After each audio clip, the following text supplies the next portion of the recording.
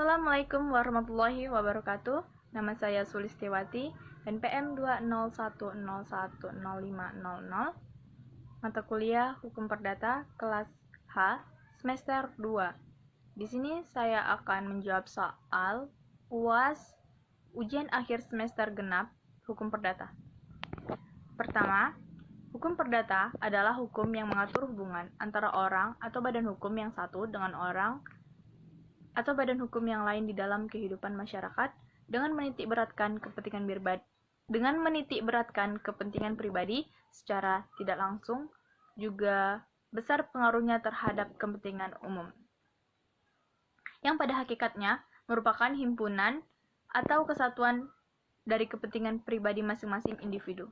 Hukum perdata ada dua jenis, yaitu hukum perdata dalam arti sempit dan luas.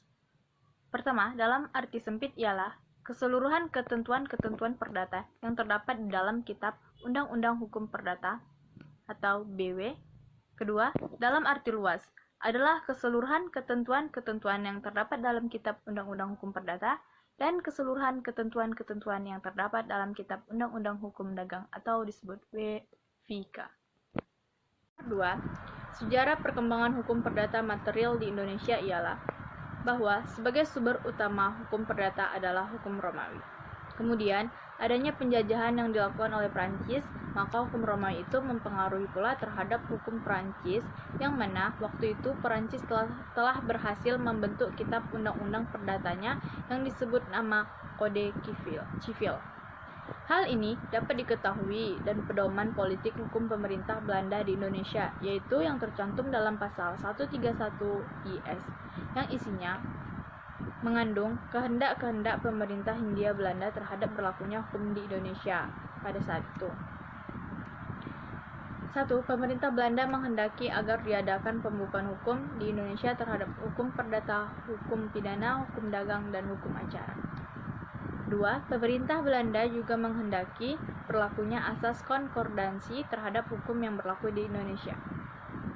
Asas-asas hukum perdata adalah aturan dasar dan prinsip-prinsip hukum yang abstrak dan pada umumnya melatar belakangi peraturan konkret dan pelaksanaan hukum. Dengan demikian, peraturan hukum konkret seperti undang-undang, pelaksanaan hukum, dan putusan pengadilan tidak boleh bertentangan dengan asas hukum. Fungsi asas hukum dalam sistem hukum antara lain: 1. Menjaga ketaatan asas atau konsistensi. 2. Menyelesaikan konflik yang terjadi di dalam sistem hukum.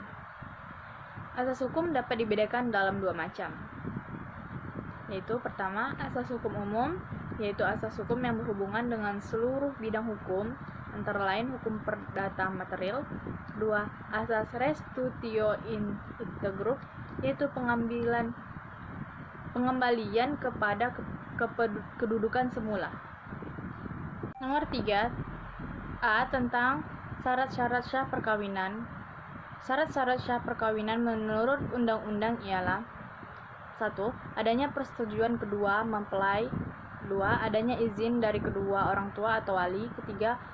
Usia calon pria 19 tahun dan wanita 16 tahun. 4. Antara calon pria dan wanita tidak ada hubungan keluarga yang tidak boleh kawin. 5. Tidak berada dalam ikatan perkawinan dengan pihak yang lain. 6. Bagi suami istri yang telah bercerai lalu kawin lagi dan bercerai, agama dan kepercayaan mereka tidak melarang kawin ketiga kalinya. 7. Tidak berada dalam masa tunggu bagi mempelai wanita. B. Perjanjian perkawinan. Menurut Undang-Undang 16 tahun 2019 tentang perubahan atas Undang-Undang Nomor 1 tahun 1974 tentang perkawinan atau UUP, perjanjian perkawinan adalah kesepakatan yang dibuat oleh calon suami dengan calon istri pada waktu atau sebelum perkawinan dilangsungkan. Perjanjian mana dilakukan secara tertulis dan disahkan oleh pegawai pencatat nikah dan isinya juga berlaku terhadap pihak ketiga sepanjang diperjanjikan. Sedangkan pada pasal 29 ayat 1 menegaskan bahwa pada waktu sebelum perkawinan berlangsung kedua belah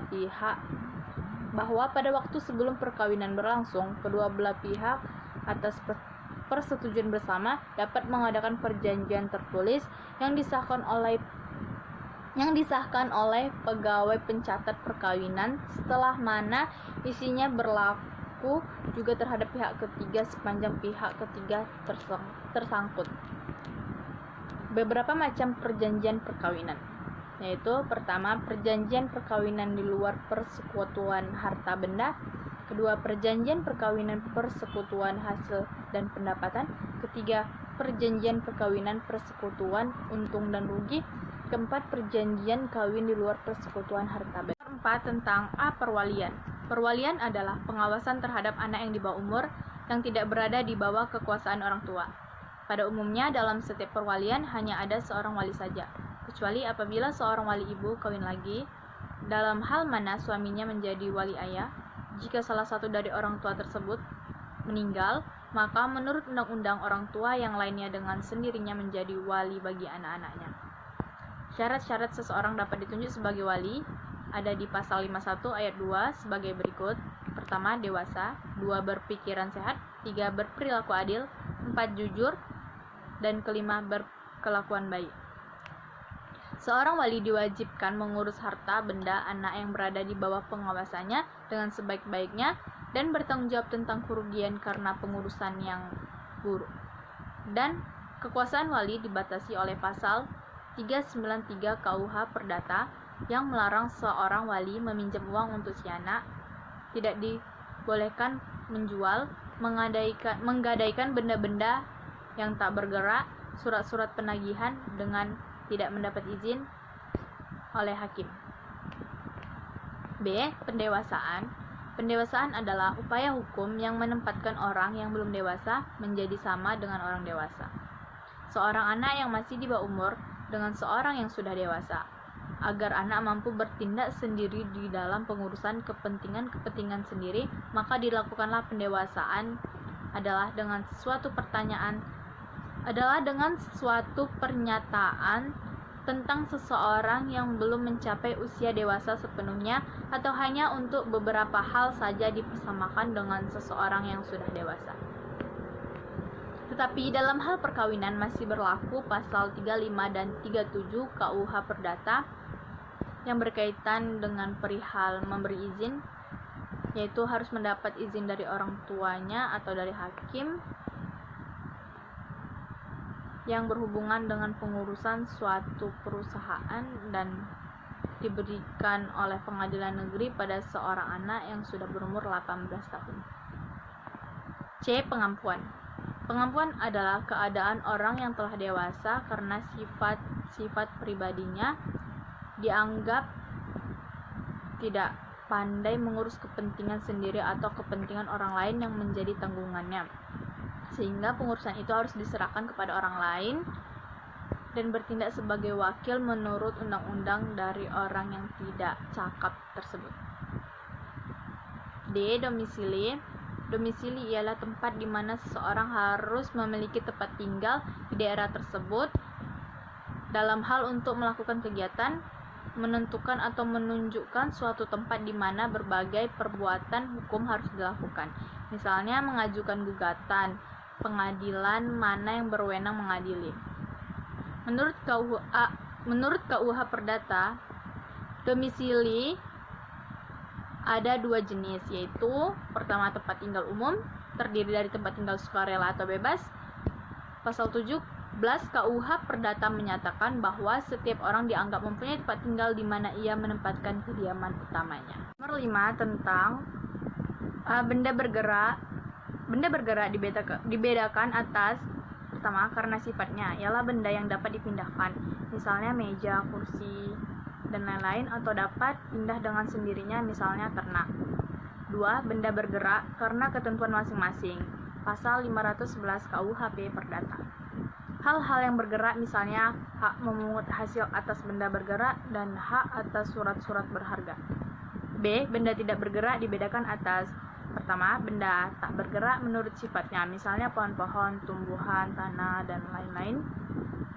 2. Benda tak bergerak menurut tujuannya harus bersatu dengan benda tak bergerak, misalnya segala sesuatu yang menyatu dengan pabrik, mesin dan pabrik.